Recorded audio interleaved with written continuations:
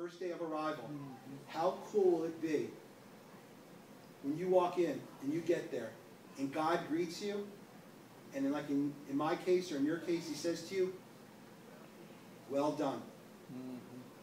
Well done. I mean, that gives me goosebumps. Because when you think about it, we're out there and so many of us think that we'll go out and do a bunch of good deeds. But I meet plenty of people who are doing good deeds, but they're not living it. Just like what I told you earlier. I was doing a bunch of good stuff. Heck, I was an altar boy. I was doing good things. I was always in church. But I wasn't living it. In my heart, I didn't have that personal relationship. And now, when you look at your life right now and say, well, what is it that I need to do? Get that personal relationship. Start with your own heart. Start with you. And then when you speak it, when you profess it, when you confess it, when you say it, you get what this is all about. He'll accept you unconditionally. That's what, I mean, it's so amazing. He knows everything. I mean, you talk about the whole omnipresent thing, but what I'm talking about here is Jesus has taken it to another level. Or excuse me, James has taken it to another level. Because we are made in the image of our Father. And when you think about that, we are made in the image of our Father, who is filled with love, mercy, compassion. So, must we be? Now we must act on it. And I don't know how you all feel about it. I'm not here to have a conversation with you about the Florida Gators or the Denver Broncos.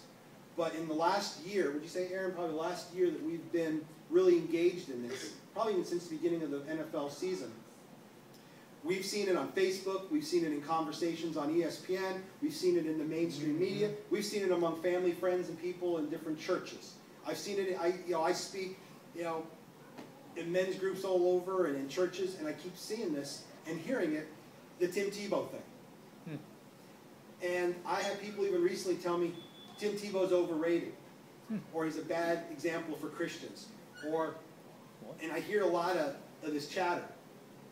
I want you to understand that I was never a Florida Gator fan, and I'm not even a Denver Bronco fan, but I'm a Tim Tebow fan.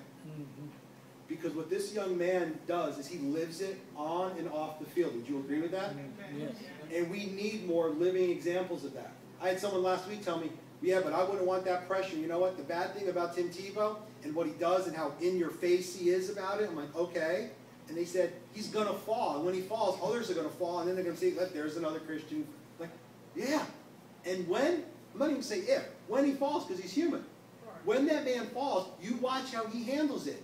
God's already taken care of him and has been taking care of him. I mean, do you realize he plays the game and lives his life with that childlike innocence and faith? He brings a new kid every single week to a game. And this could be a kid who's dying, or a kid who just wanted to meet him, or a kid who has accepted Christ when his parents are atheist or Muslim or whatever the story is. And he brings them to the game, and he spends time with these kids. And he loves them unconditionally. And unfortunately, some of these kids aren't even with us right now as I speak to you. But they got the opportunity to meet Tim Tebow. And this wasn't even through the Make-A-Wish Foundation. This was through Tim Tebow, his foundation, the hospitals, the missionary work that the guy does. I want you to get this. He's not just the quarterback of the Denver Broncos. He's one of the quarterbacks of God's team. Okay? Get that. He's one of the quarterbacks for God's team. He's taken action on his conviction. I'll ask you all a question. You don't have to answer it. Just think about it. What position do you play on God's team?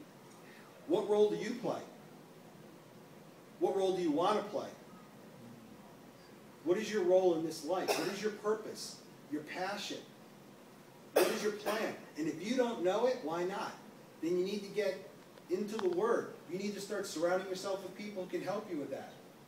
Whether it's mentors, or people who've been through the things that you are going through or have been through, or people who want and have the things that you want. Going back to Tim, when I say the action, when I say what is your role, the action, the living it, as I said earlier, is key. Because get this. In James 2:19, it says, you believe that there is one God? Good. Even the demons believe that and shudder. So what I want you to understand is living it is key because even the demons believe. And Satan's greatest trick, Satan's greatest deceit that he's ever been able to pull over on us humans was convincing us or getting us to believe that he doesn't exist. Right, say that. Satan does exist, everyone, and he's right now. And people here in the Bible Belt, people say, this is the Bible Belt when we moved here 3 years ago, this is the belt buckle, yet I've had the privilege to travel over the world. For some of you, whether you're younger or older and have never really even left this area or you've had limited travels, I can tell you, I've traveled all over the world. Nashville, as great as Middle Tennessee is, there's some of the same stuff going on here. You got all some of the same, if not worse, problems in other parts of the country.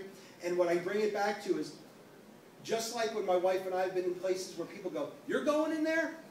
More power to you. That's criminal. You're going into Compton High School? That's all the future drug dealers, murderers, and rapists. There's a reason why there's barbed wire around the school. There's reasons why there's cops and metal detectors there 24/7. And you're going in there? Keith, did you check your skin color? You don't belong in that school. And I'm like, what are you talking about? Well, they're the future drug dealers, rapists, and murderers. And I go, you know what? You think that? And that's what they're going to become. I'm going to look at them as the future leaders, entrepreneurs, and success stories. And I'm going to go in there and love them unconditionally. And I'm not going to discriminate against them. And it's amazing to watch when someone shows that unconditional love, those random acts of kindness, those moments of kindness, and you do